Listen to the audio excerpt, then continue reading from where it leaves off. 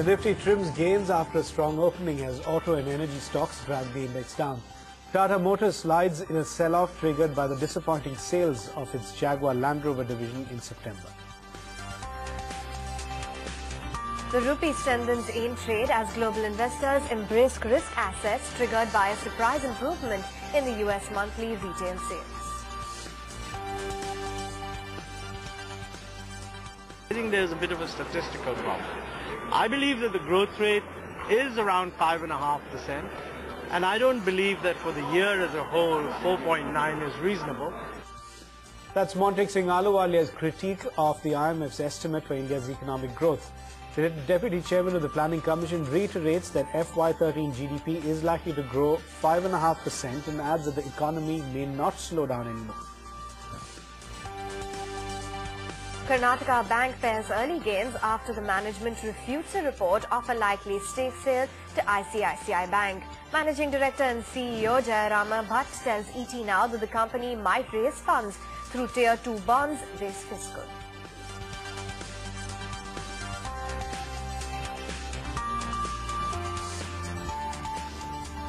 Good afternoon, you're watching Market Sense. I'm George.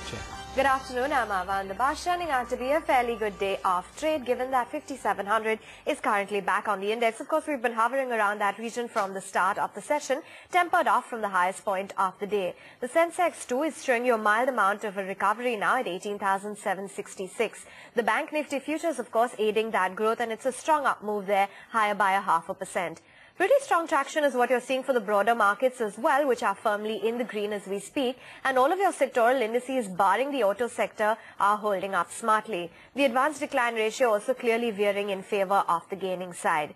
Result candidates from yesterday, Axis Bank clearly seeing a good notch up now at the highest point of the day, 3.7% on that one, post its quarterly numbers. Apart from that, you've also got a Tata Motors. In fact, that one came out with a disappointing set of JLR numbers and down and out as we speak by 1.6%. Cairn India, Maruti Suzuki, HDFC are some of the other counters which are holding up very smartly. And after refuting those claims of ICICI Bank taking over, it's Karnataka Bank, which is tempered off from the high point of the day, currently higher by 2% nonetheless.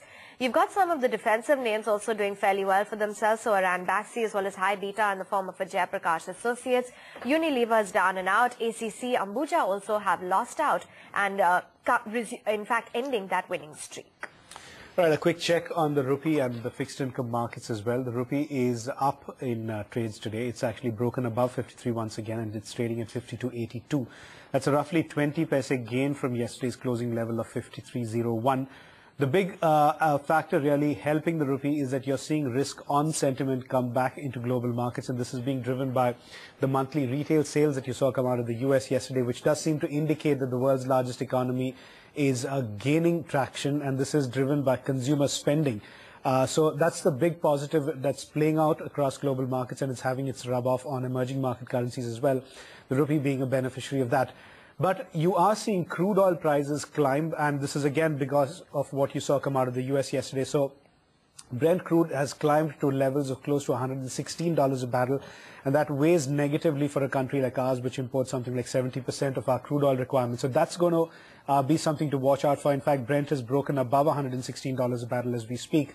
That has had some sort of an effect in the fixed income markets, where you're seeing the yield on the 10-year benchmark bond hold up. It's currently holding at something like 8.17%, and it's quite unlikely to drop further from here on. So a level of 8.15, 8.16 is as high as you'd see bond prices go, or as low as you'd see yields go, to the extent that the rising oil prices have an inflationary effect on India, and of course the impact that it has on the fiscal deficit as well. Okay, that's how the macros are shaping up. But let's take it right back to equities by introducing our two technical experts on the show. Sandeep Wagle, founder and managing director, Aptar Technical Advisory Services, as well as Prakash Gaba, CFTPrakashGaba.com, are right here with us.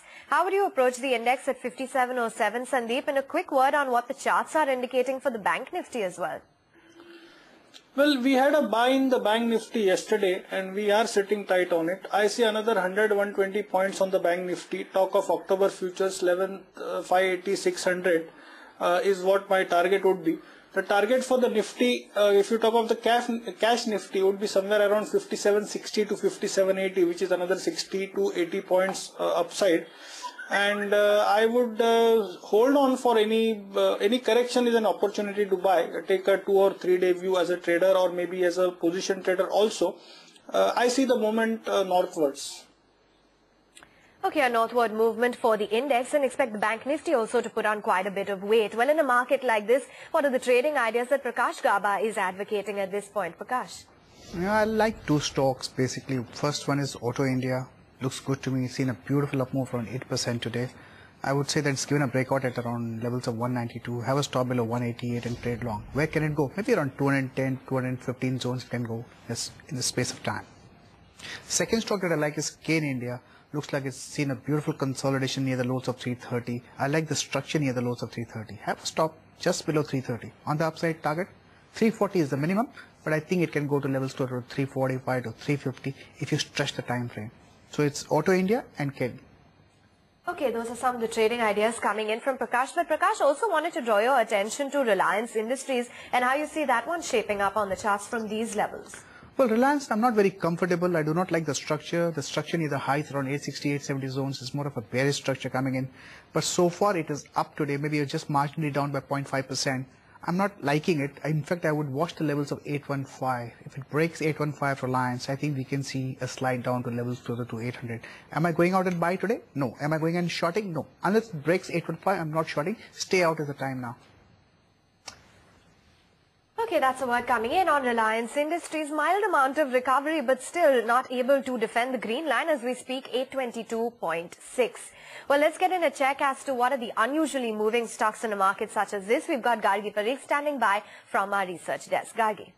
Well, Avan, worth looking at a Power Finance Corporation, a bit of decline that we saw in the morning, but more or less a flattish trade that we are seeing on the counter right now. The company has an exposure of over 800 crores to Suzlon, and remember that Suzlon's lenders, they are looking at a probable CDR for the company, and remember that they have FCCV redemptions that are coming up. They have a huge debt-laden balance sheet right now, so all of that has been weighing on Suzlon. If it actually goes into the CDR, it may be a negative for PFC. We've spoken to a couple of analysts. Most of them said that it actually could demand a kind of downgrade of the stock, and they may recommend a sell on PFC post that. About 800 crores that is the exposure that PFC has to Suzlon right now. About 0.2% increase in fact coming in on PFC's recovered, had fallen just marginally in the intraday session. Also take a look at Yes Bank, and about 2% decrease on Yes Bank too. There's a block deal of about 1.1 crore shares, and that was at a price of almost 388 rupees on the BSE, and that's almost 6 rupees lower than what it closed yesterday.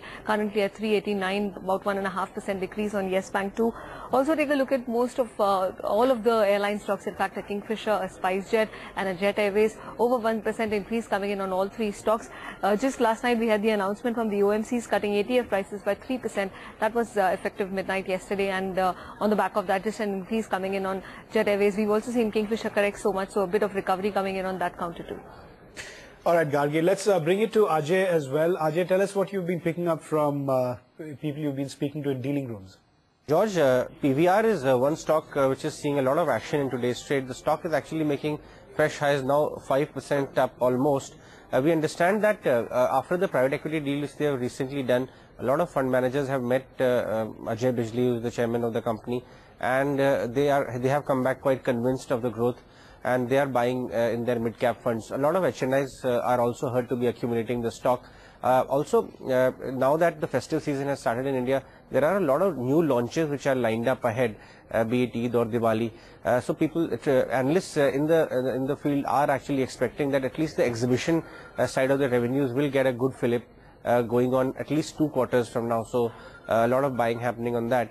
Cairn India purely on expectation that there could be an announcement, a corporate announcement around 21st of October. Now, if you logically see, the announcement is only pending regarding the nod for drilling more wells in the Rajasthan field. So that is something which is keeping traders quite excited in the stock. Again, about 2% jump coming in Cairn India also on the back of that expectation.